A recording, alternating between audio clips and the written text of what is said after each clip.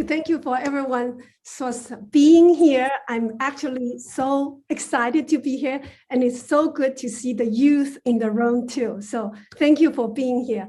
I actually want to touch what Mandy and I were working. We were the cluster rep for Churchill High School, and one of the things I was very proud of, Mandy, for our work is that we actually brought ESOL program to the high school. Our county is a third of residents foreign born. We have so many students that are multilingual. And to have good quality ESOL service for our students is really important to us. And so our advocacy and problem solving work, so those students don't need to travel on the bus and miss a whole class period during their day and get their ESOL service. So really proud of our collaboration, Mandy. And Mandy herself had been PTA presidents, local PTA presidents, committee chairs, everything. She have worn so many hats. Thank you, Mandy. Oh, of course. I really do want to mention though your advocacy around that, the ESOL piece at Churchill. It was hard to believe that they didn't have an ESOL teacher at Churchill, so they would bus these kids, a small number of kids, to a neighboring school for this ESOL program, which meant, as Julie said, that they missed a great portion of their school day. And that just didn't make a lot of sense for our school not to have that. So, with Julie's help, we were able to get a part-time ESOL teacher, so that we could keep those kids in Churchill, so that they could then participate with after-school sports and after-school clubs, which all of those things were very hard for them to do once they were bused somewhere else. So it was great to work with you on that project. Yeah, thank you. I do also want to mention my capacity with Tristan though. Tristan, so while you at school, I think one of the things I was very involved with is the African Student Union and the minority scholars, arrange lunchtime meetings for the students and take students on those trips, like college fairs, HBCU fairs, and Hispanic college fairs, minority scholars, college visits. So I believe kids need these hands-on and real experience in order, for them they cannot be what they cannot see. So by you having the internship program, by them going to see a place, they can aspire to be, they can picture themselves there, and they can have inspiration for things to do. Yeah, so Tristan, thank you for being here. And Tristan now is in college. Congratulations to you. Yeah, congratulations to you. Sally. Hi, Julie. Yes, hi, thank you for being here today. You're welcome. Thank you for inviting me. Yeah, so I think for Sally Sally and I work together because she's a parent at the Magooda, and I remember her reaching out to me and to have meetings, and I was always very grateful when parents give me that opportunity so that I can address their students' need. We know that education is not one size fits all, right? So every student, every school, every community has its special needs, have things that we need to address. So I'm very happy that we were able to work in that capacity, Sally. I am too. And one of the things I noticed about Julie, we met last fall when we were talking about college and careers with my 11th grader. And Julie had a tremendous capacity to reach students when they may be in that office, but their brains may be somewhere else. She had that capacity to reach in there and capture their imagination and gain their trust. And she also had that same capability with adults. And sometimes you find people that can do one or the other, she is one of those rare contingencies that is able to do so with anyone she meets. And I do support Julie. She has done amazing things in the short time that I've known her. And I do support her position. She is interested in what the adults think that they want. And she is interested and goes out and seeks to find out, what do the students want? Thank you, thank you, thank you, Sally. And Oscar. Hi, Julie. I see Bridget's hand is up. Oh, hi. Hi, Brigitta. Hi, you have a question? I do, and I'm sorry I didn't introduce myself.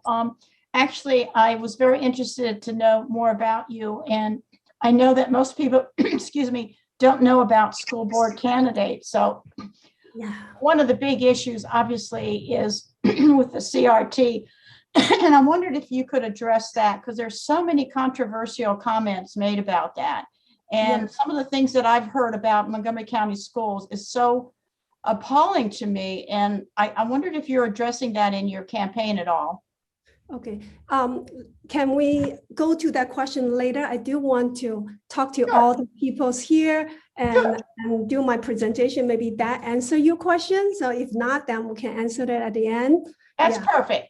Okay. I thank you. Okay. All right. Oscar. Yeah, so I'm excited to be here. I'm probably one of the few people that have not known Julie for a very long time. But in the course of my work as I sit on the board of directors with the Lord's Table, known as the Gaithersburg Soup Kitchen, and I was in there getting some logistics done, and I ran into Julie, not knowing who she was really, and we introduced to each other, and the soup kitchen has over 300 volunteers that focus on coming in every single month. And so it's easy to miss people, but Julie and I really connected at that time. And then we took time to meet together and talk. And listening to her story, I knew she was somebody that understands the struggle that a lot of the students that we are currently serving have experienced. And one of the things that I tell folks is that sometimes the adults think, oh, I had it rough and I had it this and I had it that. The children today have it rough and the children today equally have emotions and go through stress and have an anxiety, that just because life looks different today does not take away that the fact that our students are still going through those emotions. And it takes somebody to be able to listen to that and then react to it. A lot of folks that I run into that are interested in positions of leadership have a full agenda of what they want to do, and they've taken little time to really listen to their constituents, right?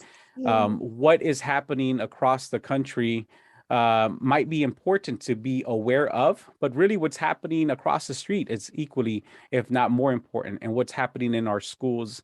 And so I have served in many capacities. I've been very busy in Montgomery County as lots of you. And so when we talk about the Board of Education, it is to me, one of the most important positions in our county. Education is the foundation of everything. I mean, nothing else matters if the education foundation isn't there. So that's why I wanted to be here today to support Julie. Thank you, Oscar. So for Lord's Table, I work with a group of youth. That's a Leo Club students. So we go and volunteer at this soup kitchen. And I think what is important to me is compassion education is important, right? We need to start from a very young age. Then more so as a school system, as a society, we need to address the needs of the underserved community. And for we have a full insecurity issue here. So for our students to be ready to learn, we need to provide support to ensure that they are ready to learn. Okay, thank you, Oscar. And Tony, and I want to actually, Oscar, you are too modest though. You were the MCPS Service Award recipient was the PTA President of the Year and gave us for outstanding citizen. So you are way too modest in tooting your own horn. So I'm going to let people know. So one of the things that I know Tony does at school beyond the academic intervention is he works with after school kids and some clubs. So he is the mentor of 2 clubs. It's academic and chess, right? So that's one of the areas that we often talk about, that to engage our youth in after school program. And that is one of the ways that we keep students engaged, and that have proven to be a successful model to keep kids off street, have higher graduation rate. And I think this is the one area that we have incredible potential to partner with other agencies, parks and recreation, county council, municipal governments, so that we can address the inequality in the programming availability throughout the county. Okay, so really, really, thank you very much. So I'm actually was original going to show you a brief video about myself. I think we still have time, right, Mauricio? It's a 2-minute video. Can I do that? Yes, of course. Okay, I'm going to share very brief so that you get to know a little bit about me and my platform. When you look into the future. And if you don't mind raising the volume a little bit. I think I'm already at the high. Oh. Now I look into the future and I see our children's. My name is Julie Yang, and I'm determined to make that future a reality. That's why I'm running for the Board of Education seat in District 3 to ensure every child in Montgomery County Public Schools has the opportunity to thrive in the college and career of their choice.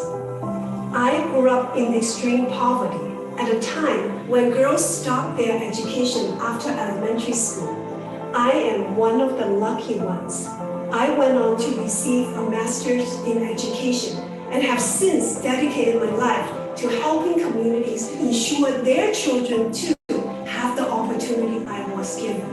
My experience has taught me that education is the bridge to success for the underprivileged. Let me help your children cross that bridge. I want to enact transformational change in Montgomery County. We need to authentically collaborate with students, families, educators, and staff, and focus on what unites us, making sure all students have what they need to prepare for the future. If you too believe that every child deserves a chance, please visit my website at www.julieyan.org and vote for Julie Yan for Board of Education. All right, so you got to know a little bit about my platform, and from the video, you probably know that I actually grew up poor. I grew up poor, and I grew up in a 1-room apartment without kitchen, without bathroom, but during that time when the resources was limited, education for girls was always the first thing to go. But unlike some of my childhood playmates, I was fortunate to escape poverty by completing my elementary school, secondary school, and finish college study. And receiving this education really had made a world of difference for me. So I know that education for me is the bridge to success. Now, so my background drove me to become an educator. So I was an educator for nearly 2 decades, directly serving students as a teacher and as a college and career counselor. So I spent 11 years at MCPS, Montgomery County Public Schools, in 3 different high school clusters. Last one was Magruder High School. Also, I'm a proud mother of 2 MCPS students. I have a daughter who is a junior in college, and my son is a senior at Winston Churchill High School. Now, like some of you have mentioned that throughout my children's schooling, I stepped up to volunteer for schools. That work actually really enabled me to lead various collaboration efforts across different PTAs, community nonprofits, and the student communities. So I founded the Village Initiative to connect underserved special education families with community resources, established the Asian Pacific American Student Achievement Action Group, an advisory group under MCPS, and also, like Carmen mentioned, have collaborated with Hispanic Chamber of Commerce and the African American Chamber of Commerce to set the legislative agenda on education issues, and serve and mentor several youth organizations. So my advocacy and service for all the students does not start on the day that I wanted to serve on the board. I have a long track record. So I'm someone who has worked within the school system directly serving students, and I'm an advocate serving among diverse communities outside of MCPS. Now, why am I running? I'm running because I know that I can make a difference. So my only interest, let me say that again, my only interest is the school system, our school system. And you are all the stakeholders in this school system. So my vision is to empower all, restore the trust, and lead the system so we can get every student college and career ready. Now, we have some challenges. So we know firsthand the pandemic right now, even as we're emerging out of pandemic, our pandemic has turned all of our lives upside down. Even now, as we are emerging from the pandemic, our problems have not disappeared. So we need to regroup and reevaluate, restore exactly what students need and what staff need, and let's not forget, what the families and parents need. Now, so there are a couple of things I want to do as the next board member. I have 3 priorities. They are not in any particular order. Now, first is to get our student college and career ready. Now, first of all, we need to do the mitigation of learning disruption caused by the pandemic. Now, we can do this by providing in-person or online tutoring and targeted summer programs. We can do this by working closely with families on how to help students. That component is really important, and I want to elaborate on that in a little bit. And then we can do this by making sure that our teachers, our educators have the tools and resources they need to do the job. Now, I always have a multidimensional approach to address student success, because not every student shares the same path. Now, today, our work is for tomorrow. So let's expand some opportunities for students so they can take on 21st century jobs. Like, why not offering career programs in fields such as environmental science, data science, biotech for the secondary level students regionally or in local schools throughout the county. And another thing is, why not offer more dual language programs in the elementary school level? Now, I mentioned earlier, that's why I like your internship program. Children cannot be what they cannot see. So internships, field trips, real life experiences, face-to-face time are all very important. So at Merguda, we implemented a lot of those experience for students. But as a county, as a system, let's create a much more robust system of internship opportunities for our students.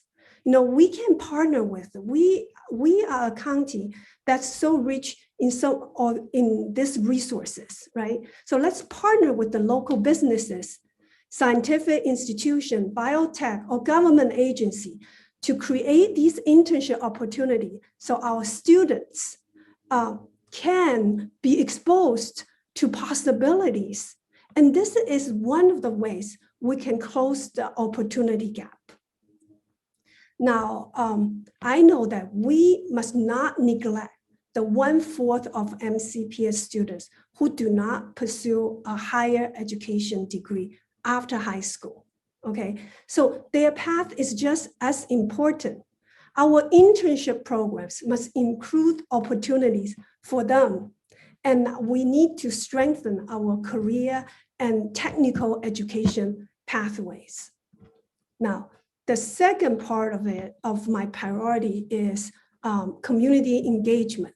Now, helping students succeed isn't a one-size-fits-all approach, right? We can't just have a cookie cutters. Now, we need leadership that listen and hear what you have to say.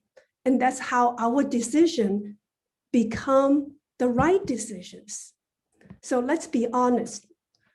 Not all the families respond to surveys or take time off from work, can take time away from work to submit testimonies at Board of Education meetings.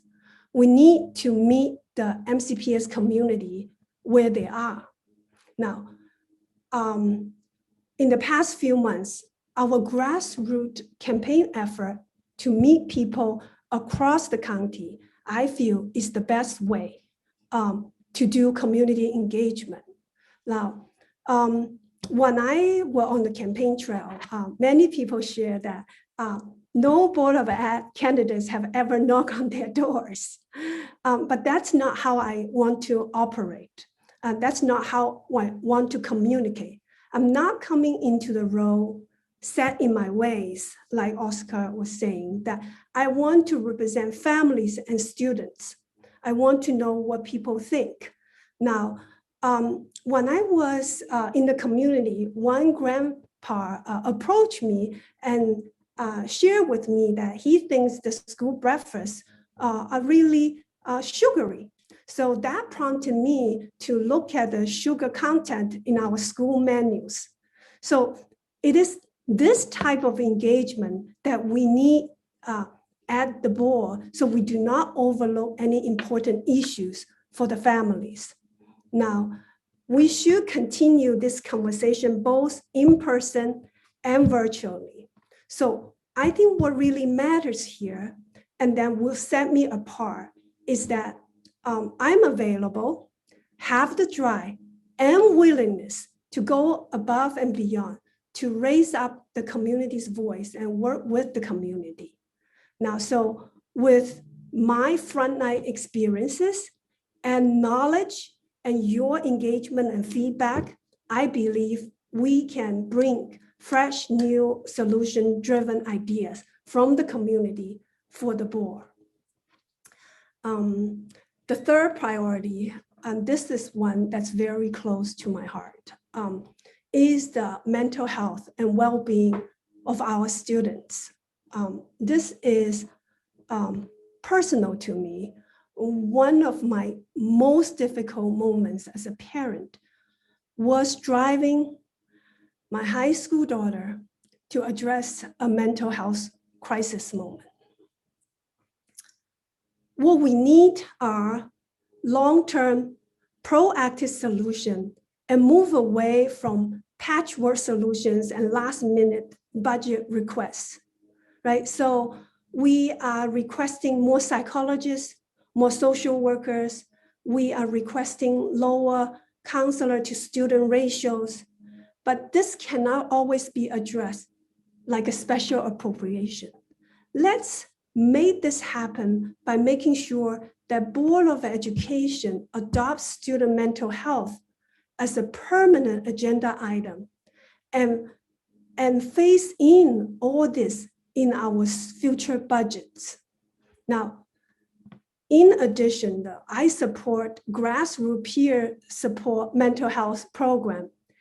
Actually, this week I participate in a mini mental health conference. It was 2 Gatesburg High School students working with the MCPS graduate to develop a peer counseling app. It was phenomenal. So I would like to encourage more of our children's initiative so that we together create a welcoming and supportive school environment. Now, also in addition, as regard to mental health, you can see I have a lot to say in this area. So as a former high school, college, and career counselor, I had implemented the MCPS high schools instituted advisory time for mental health well-being. Now, but we lack data to determine if this advisory time is actually effective. So this is the time we should bring in student voice. Students' suggestion on how to best use this time will help and inform us our decision and our effort. Our end goal is to achieve student-centered mental health solutions. I have listed my top 3 priorities. Now, I believe that we can do it. We can work together to make sure that 1, students have what they need to succeed. 2, that community engagement happens for decision-making. And 3, youth mental health issues are prioritized. So that's a little bit about me and my priorities. So I thank you for listening to them. And I will open, if Mauricio have time, open to questions. So I do want to, Brigitta, you had a question earlier about CRT. Brigida?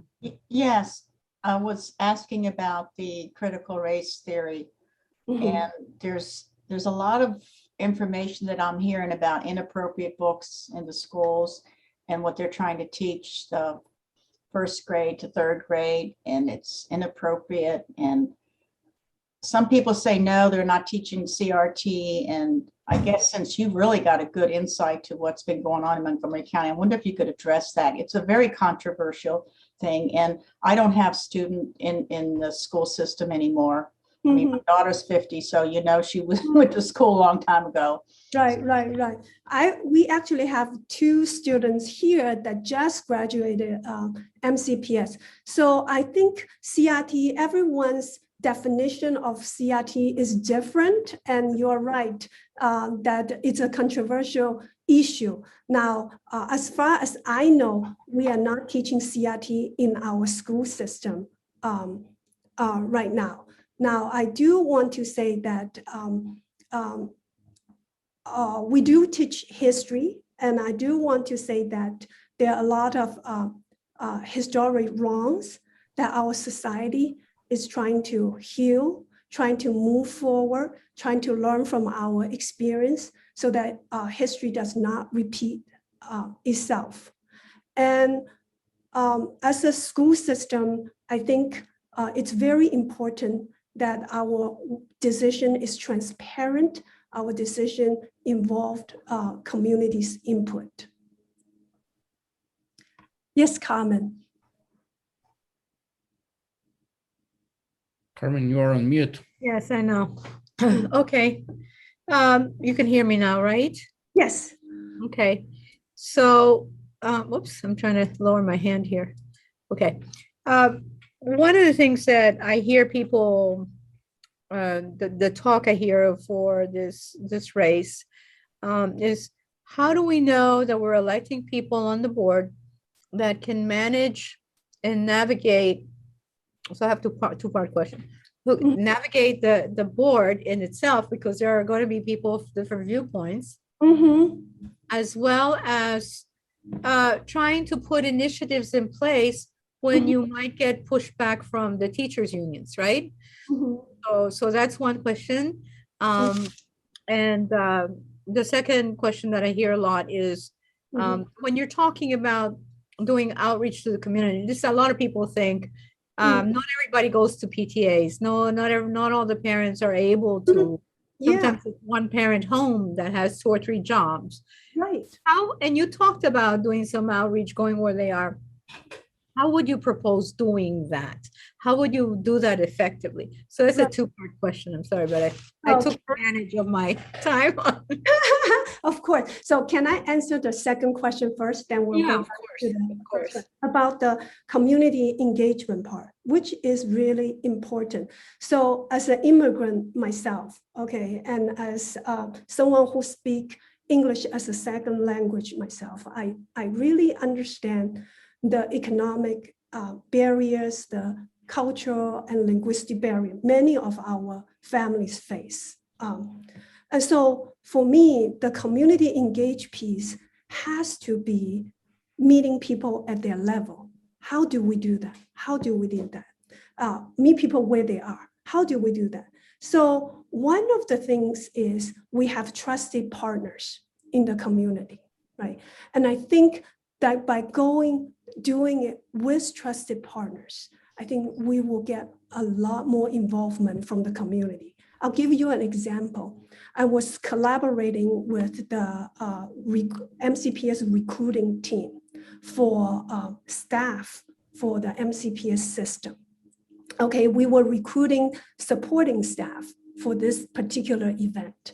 And because there are 6 to 7 community groups sign up to do it together, I reached out to them, did it together. We have over 100 people participated in that seminar. And I think that is one testimony of how to do community engagement. Now, the community engagement has another component, is the language component. It doesn't have to be meeting with the parent. Our schools provide a lot of our curriculums for our students. Nowadays, the way they teach math is different from the way I learn math. We want parents to be partners.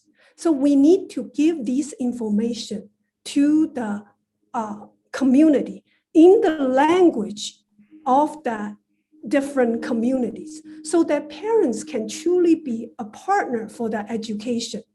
So I think that's what we are really looking at, meeting people where they are, also providing information to the family in the language and really involve them. Don't assume people don't want to participate. People want to participate. You have to give them tools, to participate. Now, your first question, really, really common. You really addressed the elephant in the room, right? That how do we work together? The board has 8 members. Anything you want to do, it's by vote, right? In addition, we need to work with our teachers, staffs, all the associations, employee association. We need to work with our superintendent.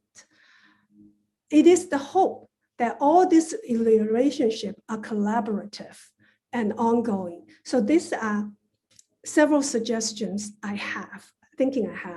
Now, you and I worked before about coming up the agenda, legislature agenda. It is a conversation that we need to have, ongoing conversation. People cannot sit and meet just for the 1 month or the 2 months period of time of the year. Conversation will need to be ongoing. When we do ongoing conversation about budget, when we do ongoing conversation about priorities, let's not do it just that 2 months, do it throughout the year. This way, we can figure out a lot more common grounds. We can figure out a lot more ways to, out of creative ideas to make things work, okay, and prioritize them. That's one. Number 2 is that that I am a bridge builder. Okay, I can disagree without being disagreeable, right? So we will need to, when we work together, how to have the discussion to be constructive, how to figure out what is our priority, and then move from there. Okay, so some of the things we are looking at is long-term investment. Some of them we need to do right away. But I think by having the dialogue, by also bringing expert into the conversation, bringing parents and community and all the different stakeholders into the conversation, I think that's the way to go.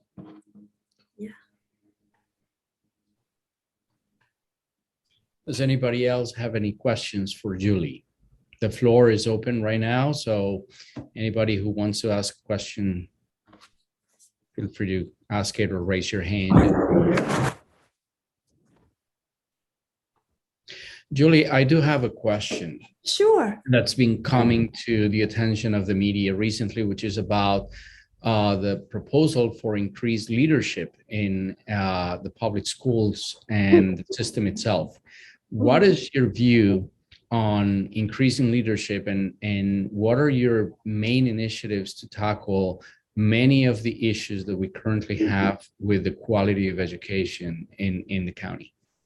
So I think, thank you for that question, Mauricio. So throughout the pandemic, one of the things that we realize is operational excellency is very crucial in providing services to our students.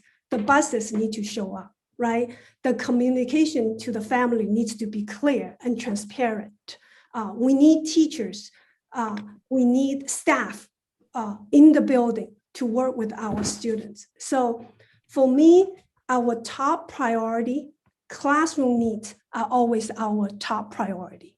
We need to make sure that the classrooms are staffed, and we need to make sure our schools are staffed. Now, but I also know that our teachers need support. So some of the position that created is to support our teachers, to making sure communication happen well, to making sure that curriculum are the right curriculum for our students. Now, what is crucial now is these positions have been created.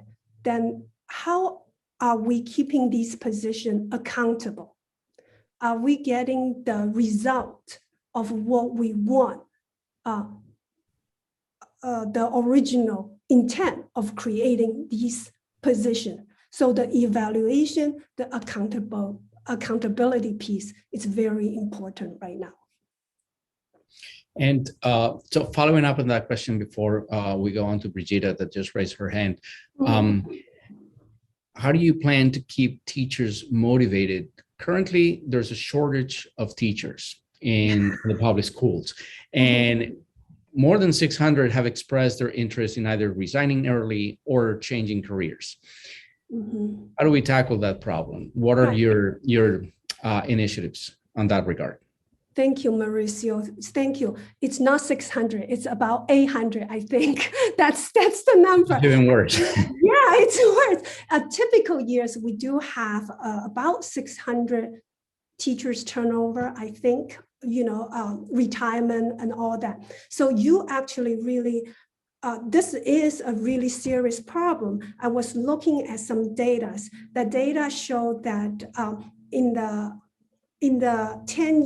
last 10 years, our colleges and universities are producing like less teachers than previous decades. People are not going into teaching as a profession. So there are a number of things, Mauricio. People who choose to be teachers are not just picking this career for its pay, its benefits, okay? So there are other things that we need to do as a system to motivate and retain our teacher. one of the things that the public might not realize, teaching actually can be a very isolated experience. I have another teacher here, Tony here, right? I have 4 walls around me and I'm in the room by myself with a huge responsibility of 20, 30 students with me. Okay, there are classroom management piece, there are the content piece, there is the data collection piece, many things that I need to do. So I think one of the things for us to motivate teachers and keep teachers is creating space for teachers to exchange ideas, support each other, to give them time and space to be together. And that way, you feel connected, you feel supported, and also by providing training that you feel you have the tools to deal with your day. And I think that is one of the area as a system we need to address. And another thing I really would like to take a look at is about standardized testing and data collection. Okay, I have been a data analyst before. Data is important and data inform us a lot of things, but data is not everything. It doesn't tell you about the relationship building piece. It doesn't tell you a lot of time the mental health piece of our students and staff. And we cannot confuse the standardized test scores. We cannot confuse that or equal that as rigor of our curriculum. But having said that, it's not going to be easy to reduce the amount of the test. What we need to do as a system is, since we have moved away from the curriculum 2.0, and now we are trying different curriculum in different level of our schools, elementary school and middle school, we need to take a comprehensive look at, what are the curriculum tests we're doing? What are the local district ones? What are the state requirement ones? So that we will be able to have a comprehensive understanding of what's necessary, what's not necessary. I think by doing that, you will also relieve some of the stress on our teachers because they have time to build relationship with their students. They have time to really delve deep into the content of the curriculum. So I hope I have answered your questions. Yes. Brigida, you raise your hand. Hi, Brigida. Julie, I have to admit that you are presenting yourself very well. You seem to know the school system very well and the issues very well. Mm-hmm. And I'm a taxpayer, and I guess I haven't heard enough about how much is being spent in our school system. As you know, most of the money in the county goes to the school system.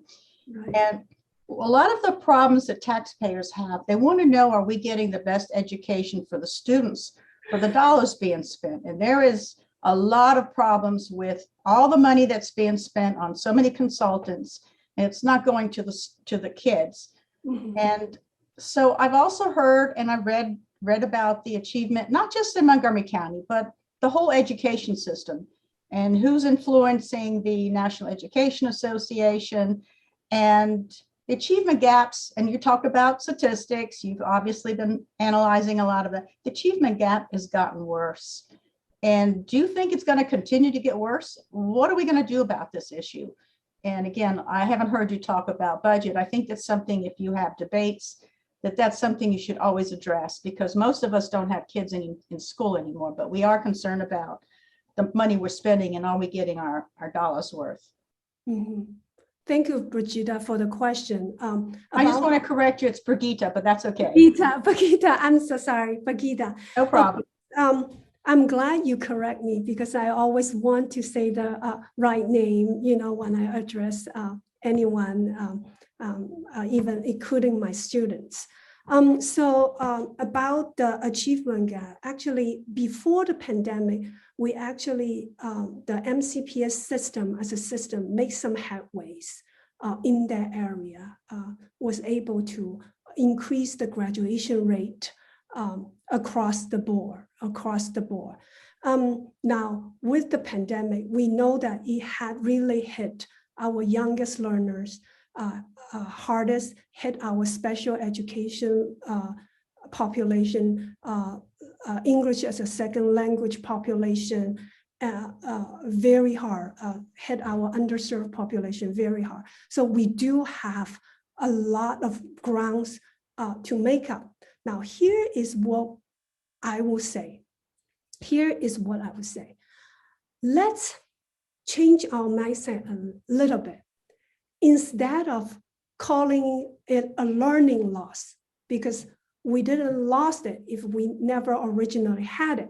So what I want us to do is stop comparing our children now to the children 2 years ago.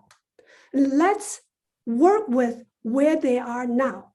Let's work with our teacher now, and we accept it and say, now, what are the work we need to do? This way, we can really do it step by step instead of going in a panic and in the crisis, in the panic. And so this way, we'll do it systematically by what I mentioned earlier with all the additional support.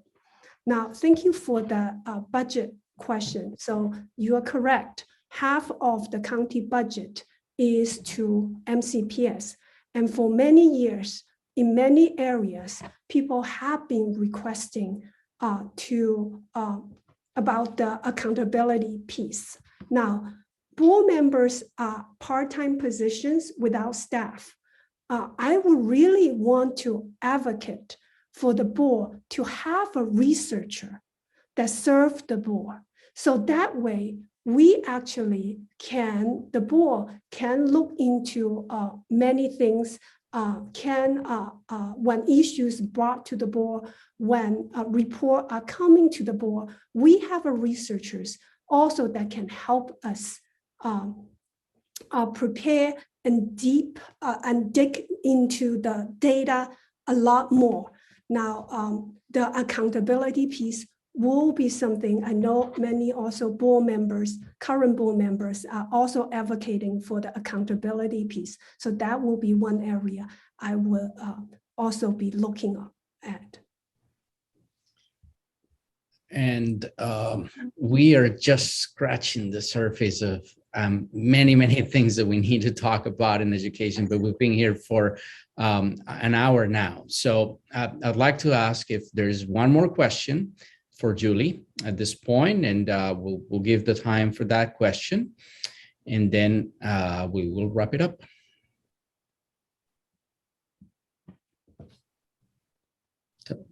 Tony, Okay. do you have a question? You found somebody? No, I mean, Julie, what's the deal with Canvas versus Blackboard? Such a good question. Okay, Blackboard was this. Okay, so Canvas is the new system we are using. Blackboard, we are not using it with students now. Some school might still use it, but we have actually transitioned into Canvas now. Oh, some people are saying, why are we still paying for both? Right. Are we phasing out Blackboard or is there a need? Maybe there is a need for both. But we heard that this is a sort of a competitive issue here. So I think for longest time we use Blackboard, and maybe right now it's still being used for some communication purposes, like making the robot phone call to the families. And so that is a very good question. Do we have a duplicate system here? Yeah. Yeah, that's one thing. And then how do we make sure that parents know how to use the system? I think that's another thing we hear a lot. I don't know how to use the system, right? Right. And I think Tony wants to okay. chip in the question. Tony. Thank you, Mauricio. I can speak to this because I'm a frontline teacher. We used to have 3 systems, if you think about it: Google Classroom, Canvas, and Blackboard. Now, in my 4 years at Magruder, there was Canvas and Google Classroom. It took a long time to sort of consolidate or convince teachers to embrace Canvas and stop using Google Classroom. Google Classroom was really easy to use. Canvas allowed you a lot more of the data analysis that Julie's been talking about. So we only have 2/3. We've gotten rid of one third of the problem. So Okay. I guess I wanted to talk. And then I just wanted to point out something about early on, Julie, the College and Career Center counselor, wasn't just working with, on-level students and kids who wanted to go on to college or community college. Julie opened her door during lunchtimes for me so that the students I have doing chess could have a quiet area during Fridays. And what I think was important, Julie said at the very beginning about you don't know the opportunities you have unless you're exposed to it. And so Julie opening the door, chess kids in there, and then kids learning more about chess and coming in and then having a welcoming, quiet area to learn about that. That was just a natural instinct on Julie's part. So that's why I think. I open my center to different groups, minority scholars, different clubs. So I want to bring the kids in so they can see it's not so intimidating. They can see and experience the career center. And that's a big part. I'm by training was my degree. I have several degrees. One of them is early childhood education, right? We always talk about hands-on education for the younger ones. We talk about outside is another classroom. So in our schooling, somewhere along the way, we lose those things. And I want those things back throughout the students' career, academic career with us, so that we can move toward project-based, we can expose them and get them to be working on things. There are so many soft skills when they are working together, either on the chess or a group discussion. Those soft skills, communication skills, how to work with another person, how to solve a problem together. Those skills is going to carry them a long way. And those are the skills their future jobs are going to value and will carry them a long way. Yeah. Thank you, everyone. I really enjoy being here today. Julie, thank you. Thank you for being with us. This has been a fantastic hour, listening to your ideas and your experience and everything that you have to offer as a board member at the Montgomery County Board of Education. And likewise, I would like to thank everybody who joined us today for this conversation. We will post this conversation on our social media channels and our YouTube channel to review. And we also hope to have you back, Julie, to learn more about your initiatives and all the many, many issues that we have with our public schools right now. Yeah, so I'm really grateful for the chamber for inviting me in. And thank you for everyone for participating and asking questions. So I'm an educator.